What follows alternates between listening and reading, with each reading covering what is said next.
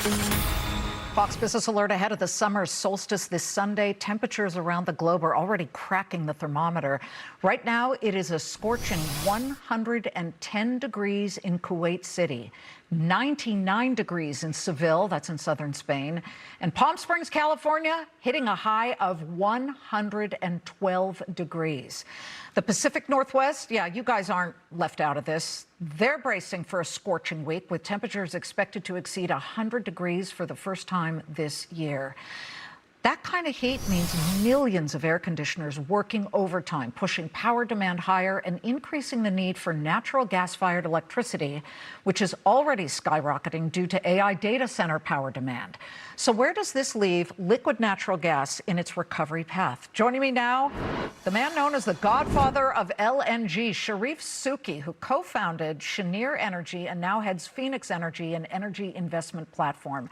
Charif, great to have you on, especially right now. While the rest of the energy complex is retreating, right now we've got natural gas. At the moment, it looks unchanged, but my chart is showing me it's up 3%. So if it is gaining 3%, what does that tell you? Well, I think we are having a lot of demand for natural gas coming very, very soon. Some of it from liquefied natural gas because the plants are being constructed today. And some of it from AI that's been very, very well advertised. And as you just noted, some of it coming from air conditioning demand. So by our calculation, over the next 5 years, we're going to need 20 BCF of additional natural gas from this country. The good news is that we have the reservoirs to deliver that. What we're going to have to focus on is the infrastructure to bring the gas from the basins to the place where the demand exists. Are we underestimating how much natural gas is going to be required for what's going on in these data centers?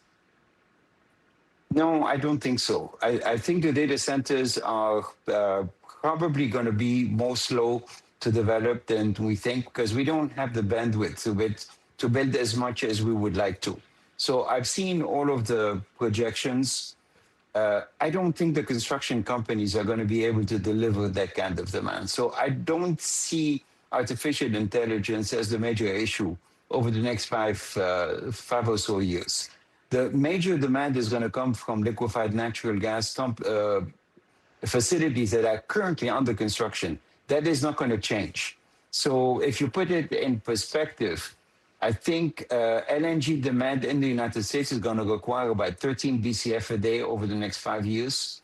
Data centers, in my estimation, will be about 6 BCF a day. And there'll be some that will go to Mexico because they can't resist the cheap gas that we have in the United States. So a combination of all of this over the next 5 years, by the end of the decade, should ask us for 20 BCF a day. The reservoirs can deliver it. Between Appalachia, Haynesville, and Permian Basin, we have the resource to do that. What we have to focus on is the pipelines.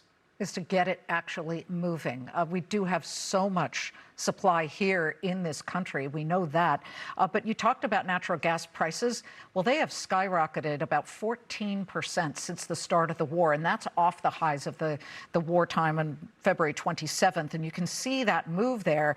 But when you look at what really we learned from this war, it wasn't just that oil is going through the Persian Gulf and through the Strait of Hormuz. A fifth of the world's natural gas also transports through the Strait of Hormuz.